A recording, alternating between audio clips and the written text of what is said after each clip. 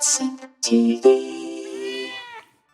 Hey everybody, CatSynth TV, and today we are looking at Sines, a new synthesizer from our friends at Cherry Audio. It's all about building up complex sounds from that simplest of audio signals, the sine wave. The heart of sines are its four sinusoidal oscillators. Each is anchored by a sine wave generator, several controls for shaping the sine wave into more complex waves, and a waveform display for the result. Similar to the oscillators, there are four envelope generators and four LFOs. Additionally, there is a single filter section, arpeggiator, effects section, and graphic EQ.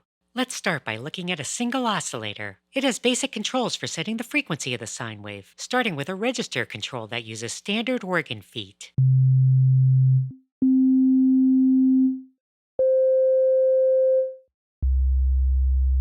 The next level of frequency control is integer ratios of the fundamental.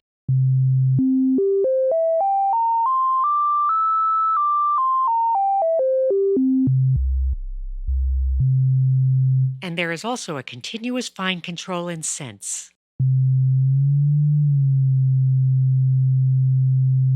There are a variety of tools for modifying the sine wave. First is feedback, which feeds the signal back into itself. Setting this control to its maximum or minimum approximates a classic sawtooth wave.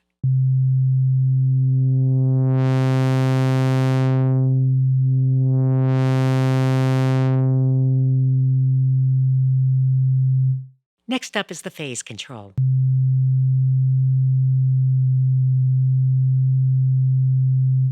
It doesn't really do much on its own, but we'll come back to it later. We have the width control, which sets the duty cycle for the waveform. It's a generalization of analog pulse width to any waveform.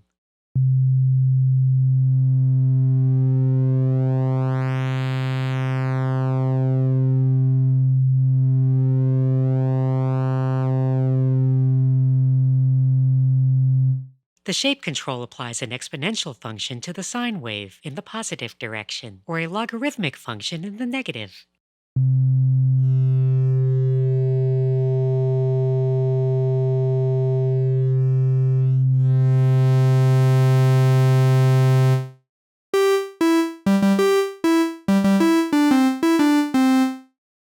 Wavefold flips the sine wave when it's over a certain threshold, resulting in complex waveforms.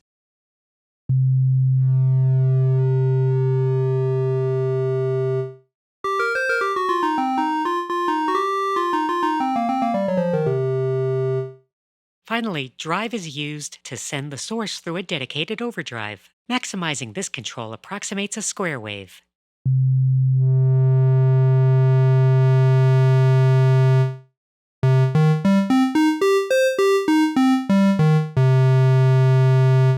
If we apply the width control, we see and hear something like pulse width.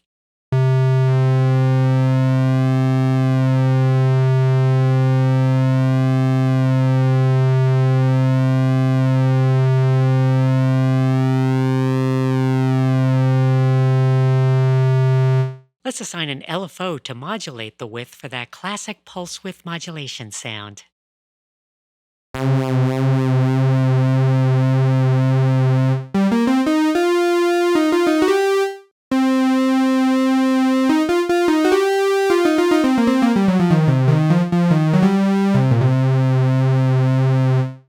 Let's add in some wavefolding.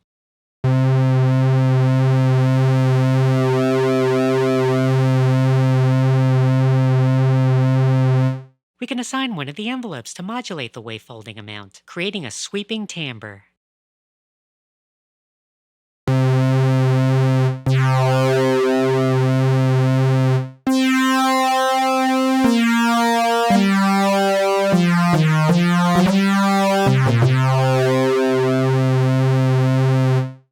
Bring in some modulated feedback.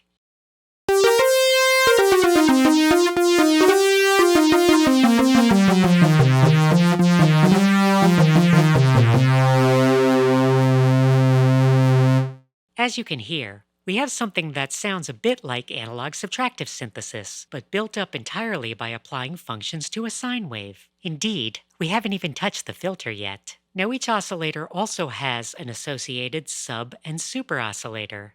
Here's the sub.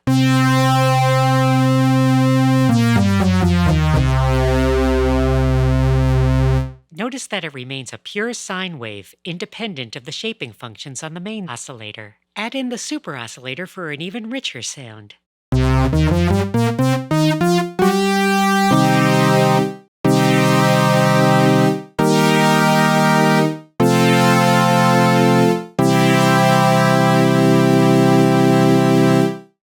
Of course, the real power of sines is when we start to combine the four oscillators. The simplest approach is additive synthesis, where oscillators are independently controlled and mixed together, a bit like organ stops. Let's set the frequency ratio of oscillators 2, 3, and 4 to 2, 3, and 4 respectively, and bring them into the mix.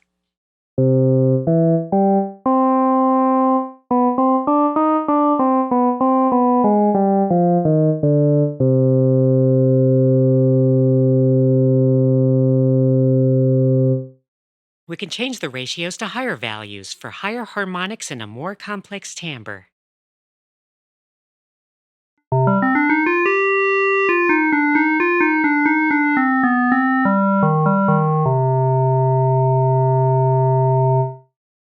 If we bring in the super and sub oscillators, we have 12 sine waves. When we blend them all harmonically, we get a nice organ-like sound.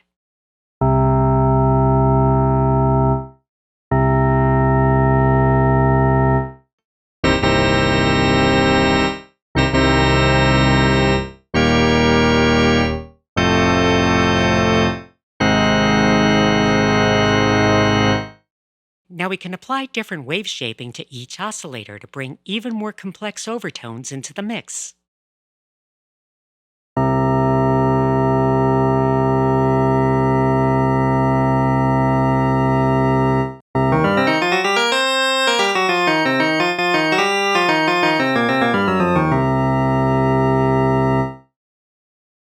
We can add modulation, such as width modulation on oscillator 1 with LFO1.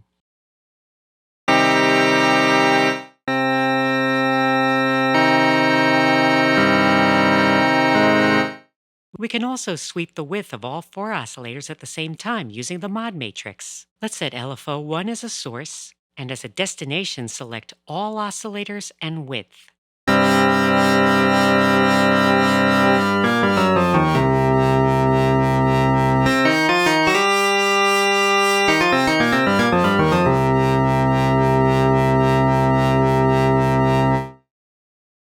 The modulation adds some texture to our organ-like tone. Let's take out the super and sub oscillators for a moment so we can hear the wave shaping directly.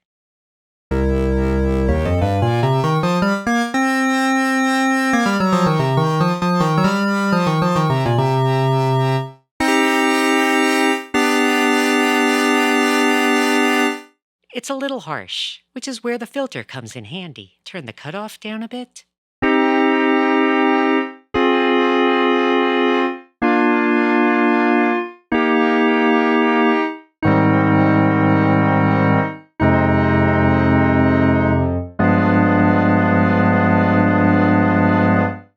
Let's switch from a 24 dB to an 18 dB low pass and bring up the resonance a bit. We can also use the main oscillators to modulate one another. For example, we can modulate the shape of oscillator 1 using oscillator 2, even while both are being mixed into the main sound.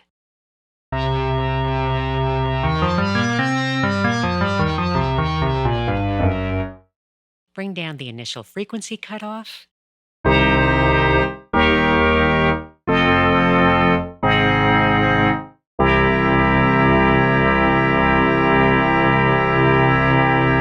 There, nice. Okay, let's reinitialize everything.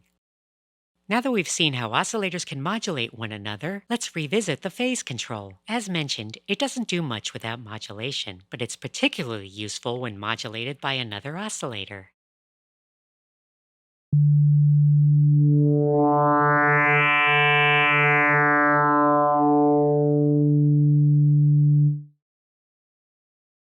Notice how we swept the amount of modulation in real time. We can also control the amount of phase modulation dynamically using the VIA parameter. I'm going to use the mod wheel to control the amount of phase modulation from oscillator 2 onto oscillator 1. Let's also turn off this mod wheel vibrato in the modulation matrix.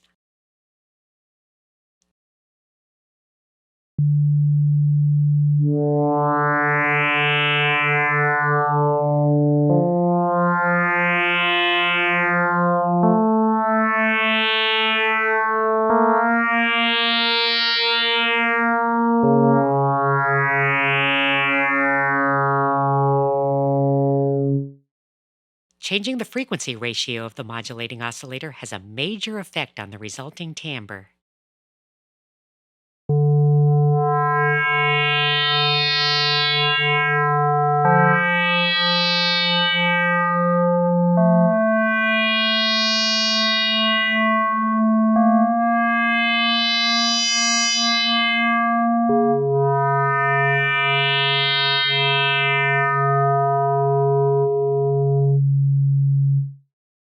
Now, some of you might recognize these sounds as characteristic of frequency modulation synthesis, and you would be right.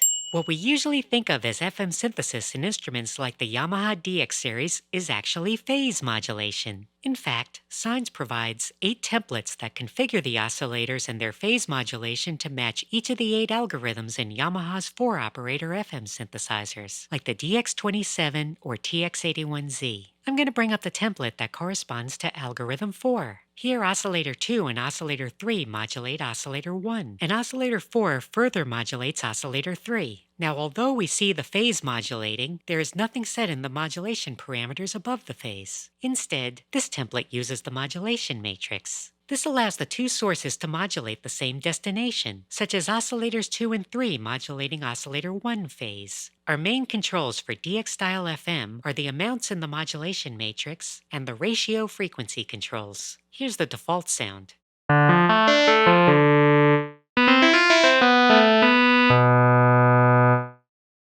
Let's increase the modulation amounts.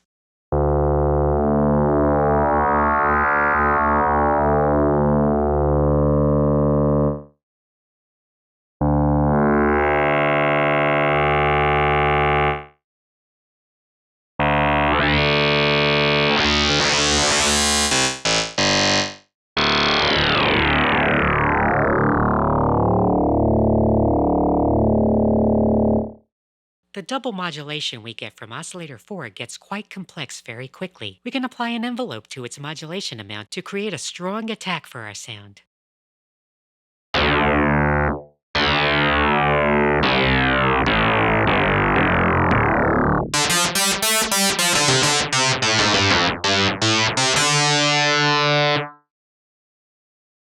We can use the EQ to take out a bit of the higher frequencies here.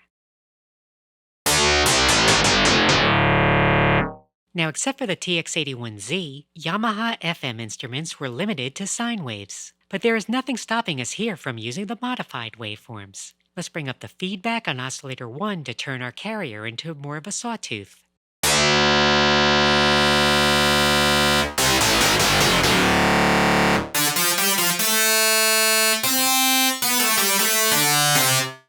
The sound gets pretty harsh quickly with FM, so in addition to the EQ, we can once again use the filter with envelope control and resonance to soften it a bit.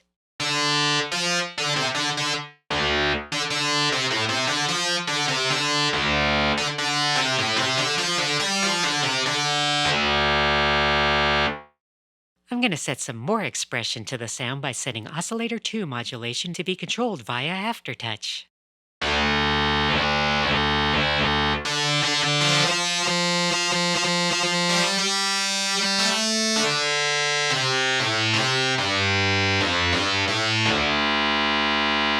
Now, although the Sine's user interface helps demystify FM synthesis and makes it more accessible, it's still a challenge to program to get particular results. Fortunately, there are a lot of factory presets to get you started, including that obligatory but hideous DX-style electric piano sound. We're not going to bring that up, but instead we're going to bring in one of those awesome DX bell sounds.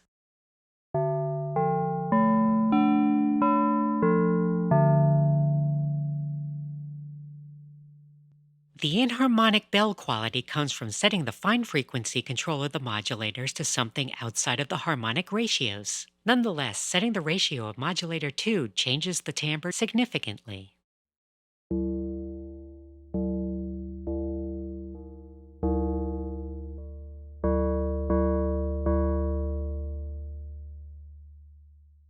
We can add expressivity by controlling the phase modulation of oscillator 1 via velocity, and using the velocity to also modulate the frequency of oscillator 2.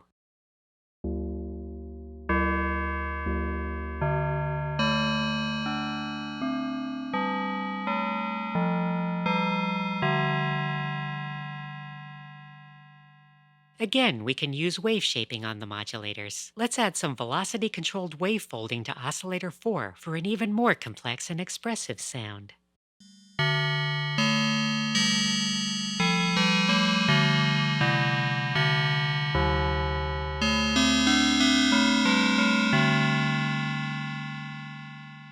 Now we can further shape the sound with the effects section. There are different subsections for things like distortion, modulation effects like chorus and flanger, delay, and reverb. Let's bring up some tube distortion.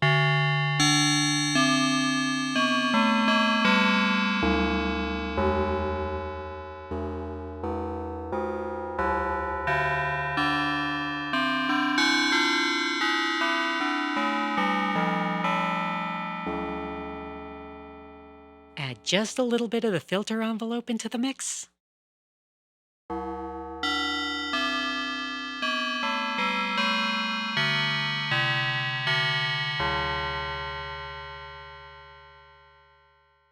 And finally, some plate reverb.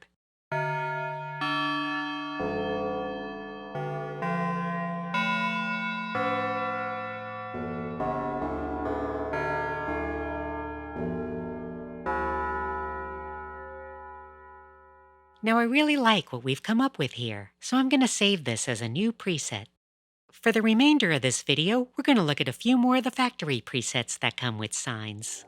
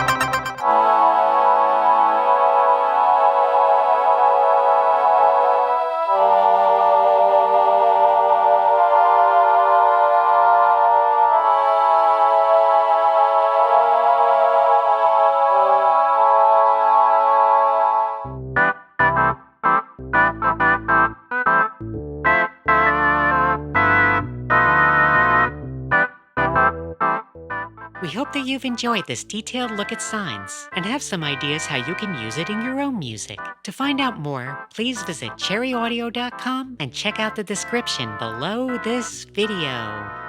Thanks for watching, and please subscribe to CatSynth TV.